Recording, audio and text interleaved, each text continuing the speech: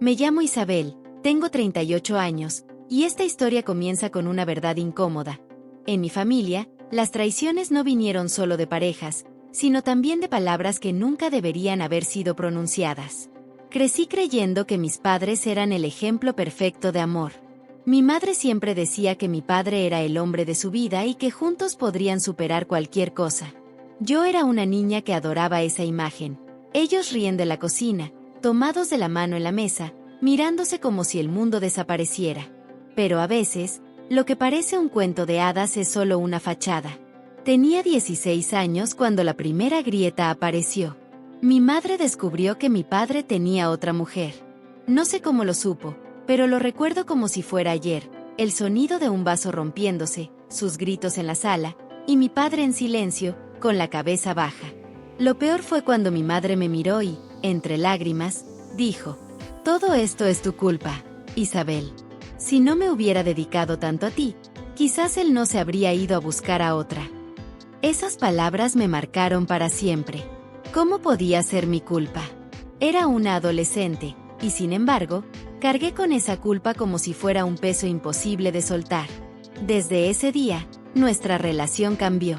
Mi madre dejó de verme como su hija y empezó a tratarme como si yo fuera un recordatorio de su fracaso. Con el tiempo, mis padres no se separaron. Ella decidió perdonarlo, pero nunca volvió a ser la misma. Se volvió fría, desconfiada, y conmigo, distante. Yo crecí intentando demostrar que valía la pena, que no era la razón por la que mi padre la había traicionado. A los 25 años me fui de casa, buscando paz.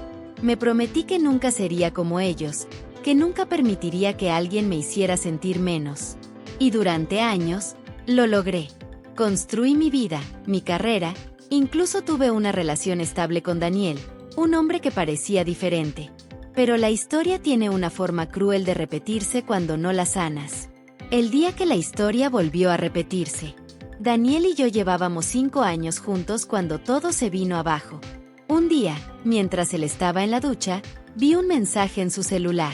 No lo estaba espiando, simplemente apareció en la pantalla. Era de una mujer que decía: «Te extraño, ¿cuándo nos veremos otra vez?». Mi mundo se detuvo. Era como si mi vida volviera a los 16 años, como si la historia de mis padres estuviera repitiéndose en mi propia piel. Lo enfrenté. Negó al principio, pero luego admitió que llevaba meses engañándome. Lloré, grité, pero sobre todo, sentí una rabia que no conocía. No solo por él, sino por todo el dolor acumulado de años atrás. Lo dejé ese mismo día. Sin explicaciones, sin segundas oportunidades. Y entonces, pasó lo inesperado. Mi madre me llamó. No hablábamos mucho desde hacía años. Pero cuando supo lo que había pasado, me dijo algo que me dejó helada. «Quizás ahora entiendes cómo me sentí. Quizás ahora sabes lo difícil que es». No había empatía en su voz, solo un reproche disfrazado de consuelo. Colgué sin decir palabra. Esa noche, decidí que no iba a repetir el patrón. No iba a ser la mujer que carga culpas que no le pertenecen, ni la que perdona lo imperdonable solo por miedo a estar sola. Pero el verdadero giro de esta historia aún estaba por llegar. Un mes después, mi madre me llamó llorando. Mi padre se había marchado definitivamente, esta vez con otra mujer mucho más joven. Y lo peor, le dejó una carta que revelaba un secreto que cambiaría todo lo que creíamos sobre nuestra familia. Cuando mi madre me llamó aquella noche, su voz estaba rota, como nunca antes la había escuchado. «Isabel, tu padre se fue. Esta vez no va a volver». Me quedé en silencio.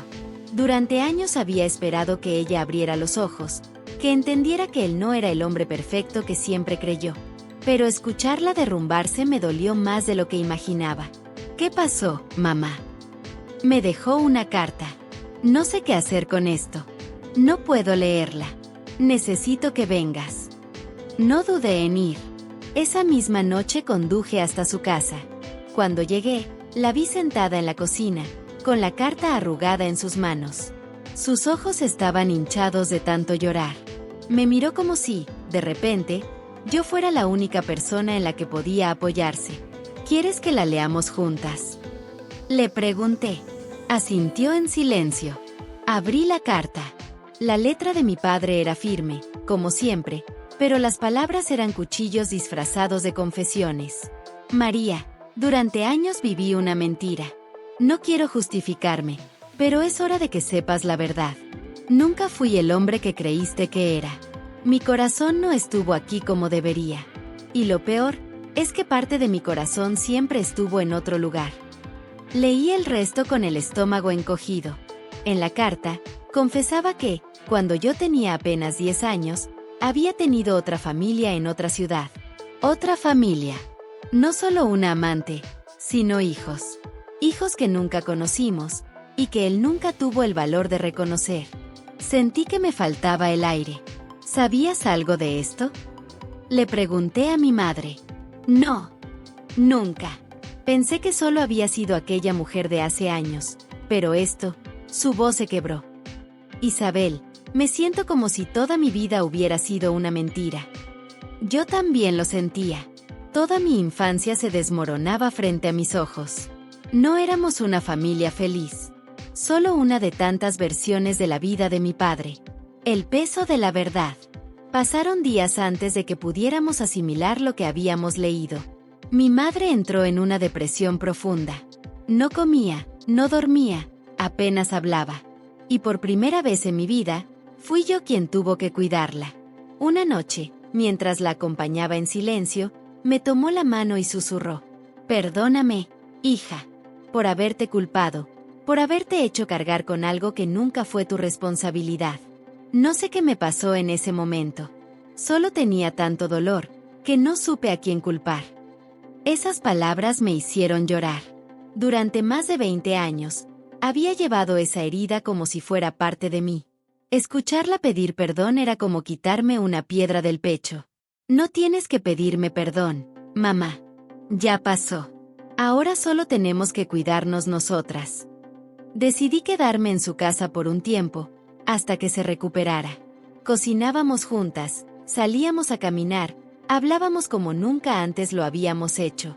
Por primera vez en años, sentí que tenía una madre, no una mujer rota, sino una compañera en esta batalla llamada vida. También me di cuenta de algo, la historia de mis padres no tenía por qué repetirse en mí. Daniel, mi ex, me había traicionado, sí, pero yo no iba a seguir reviviendo esas heridas. Empecé terapia, algo que siempre había pospuesto, y fue como abrir una puerta a todo el dolor que había guardado desde adolescente.